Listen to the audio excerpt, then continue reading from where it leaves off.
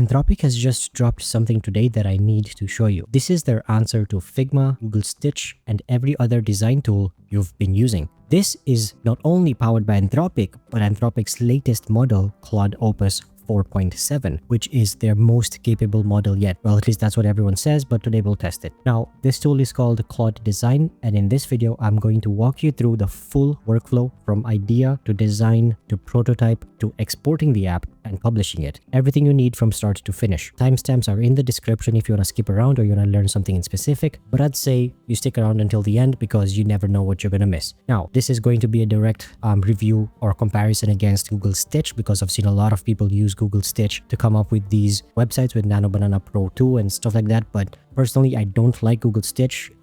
If you've actually used it and not just watch all the brain rot on YouTube, then you know why. For that reason, let's begin with Claude Design and let me walk you through how everything works. All right, now before we even start designing, we need to know what our app idea will actually look like. For this example, I am actually creating Somna. It is a dream journaling app. So I'll name this Somna, Dream Journal and Lucid Dream. This is very ASO optimized just for the App Store. I'm not going to create any design system. I'm just, I kind of have an idea of what flow will look like, the user stories. So I'm not going to click on wireframe, but if you want to ideate what happens if they click on this button, what happens if they click on a different button, then go with wireframe and then you can start prototyping. But if you have an idea of what you kind of want it to look like, then just go with high fidelity. Some things to mention though, you can also create presentations, slide decks, and you can also start from existing templates. Now, I'm not going to go over all this right now, but we will go with prototype, high fidelity. This is our app name, create. There is a prompt I came up with, and I'm going to paste that here. Now, here's the thing. If you just give it this, it's very vague, right? Like, okay, what do you want it to look like? What,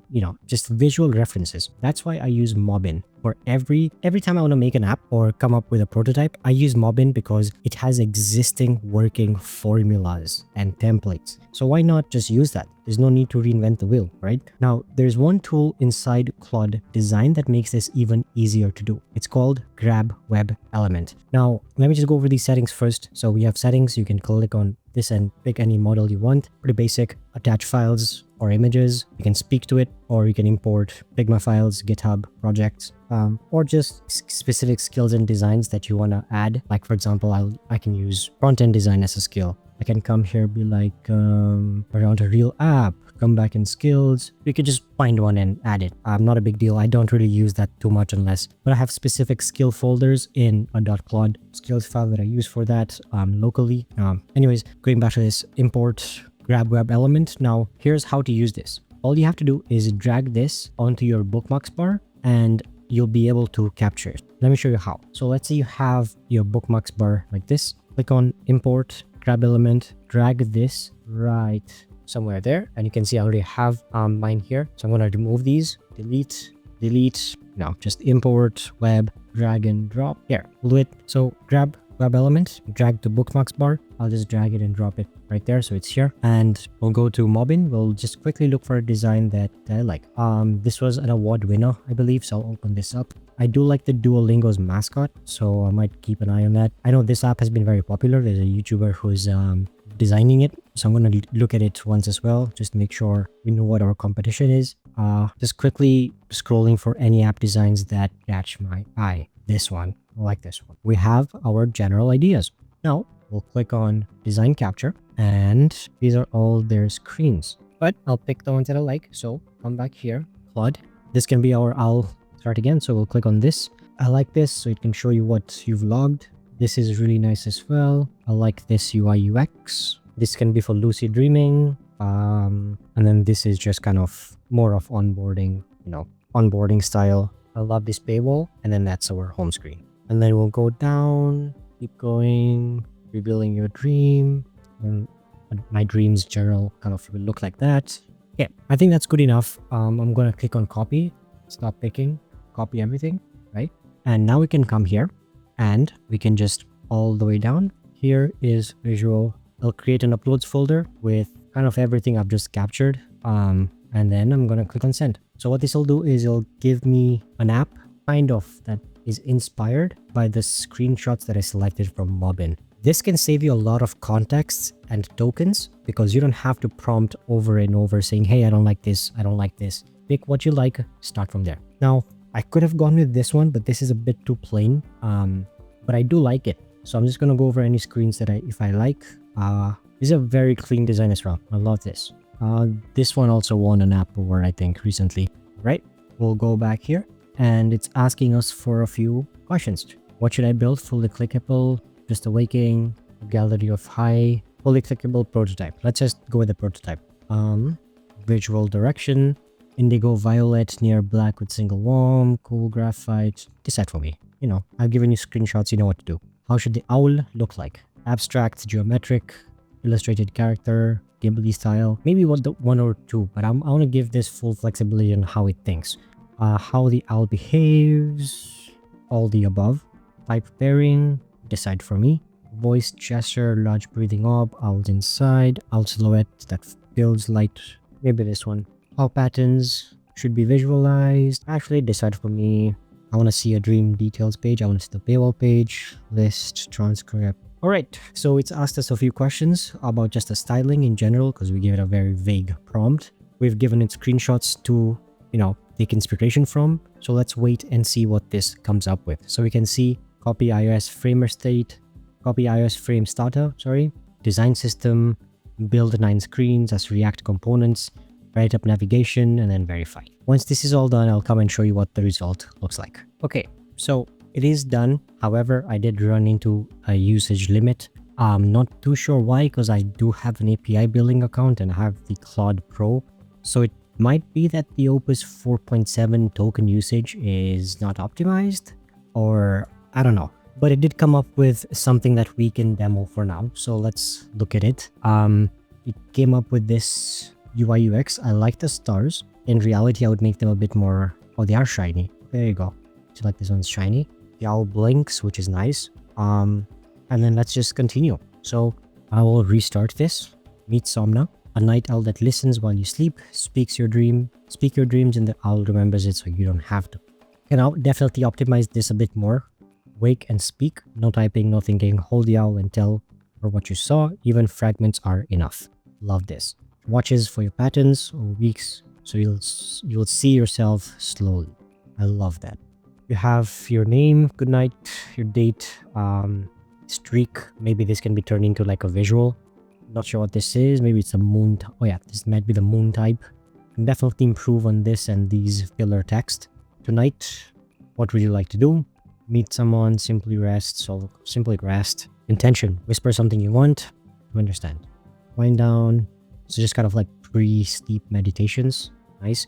And then this is the actual recording screen, I guess. Okay, looks like it's bugged out here and I can't scroll, but you start talking and then it reacts, which is not bad, pretty good. Journal, you have these entries. If you click on them, okay, let's go back. You have how many nights, just basic stats. We can definitely make this a bit more optimized in terms of just the UI UX, creating just one panel, and then you can have it customizable in settings with what you prefer to see. That would be a nice touch. This week, here's the log so far, and then last week, let's click on this one. This is kind of, I want this to be more of an interactive map. I'm gonna explore some Swift UI kit libraries for this maybe, or just find a way to integrate the Obsidian web node visual. Might look nice here. I don't know. Transcript, you did this, and then this is of course paid. Journal, this is kind of your visual mental map of what your dreams look like, how they connect, how you can learn and improve from it. You're often searching and this is good for awareness. And then you have your paywall, let her remember for you, reflections, maps, private on device, okay, and then settings. So I would say this is significantly better than Google Stitch for sure, but there is a lot of improvements you can do. Like I don't see the lucid dreaming part, but of course I don't know if I prompted it. If you take the time to prompt this properly and give it correct references, you can see what it can come up with. There was one I was testing earlier. Okay, I deleted it, but it looked very AI. Like it was very, very AI. Anyways, once you have this kind of not too bad, you can work with this. You can go ahead and prompt it here. You can comment on things like, you don't like this, you don't like this. So if I go to pre-sleep, for example, I say comment, okay, I don't like this stuff, I don't like this stuff. Or if I go to the waking page, transcript page, right, like whatever you don't like, you can comment on it and then just send it to Claude. For example, you can be like, okay, I don't like this, send to Claude, it'll redesign just this. So you do save a lot of tokens in the visual editing aspect of it. Edit, you can just click on, for example, this text. You don't like the font, you can change it. You don't like the size. Pretty much just like Figma, all the settings you get in Figma. You can draw on top of it. So you can be like, okay, I don't like this. You can move it more down here. And then this, I don't like this. Stuff like that. Like you can even dictate to it. You can type or dictate and then send or queue. Discard changes, of course. And here's where things get interesting. You can not only share it, so you can have this as a template, which is what this is.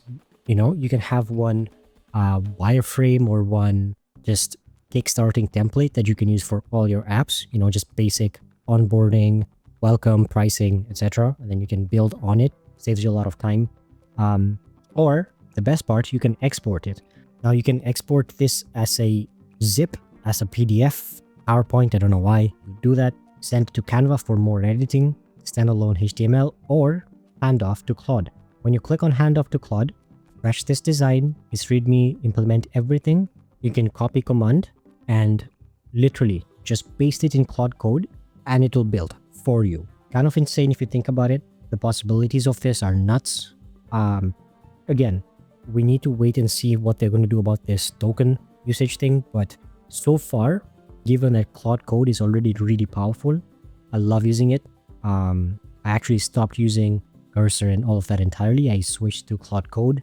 And given that this is competing with Google Stitch, yes, Gemini 3.1 is amazing at UI UX, but Stitch, the platform itself, it feels very early beta, and Claude's design tool, I feel like, is going to have a significant step up on its next update. I'm truly impressed by what it came up with right now. The fonts, the animations, typography, the flow, all of that just from one vague prompt and a basic inspiration. So not too bad. A lot can be improved. And after watching this video, now you know how to prompt better or where to save your tokens.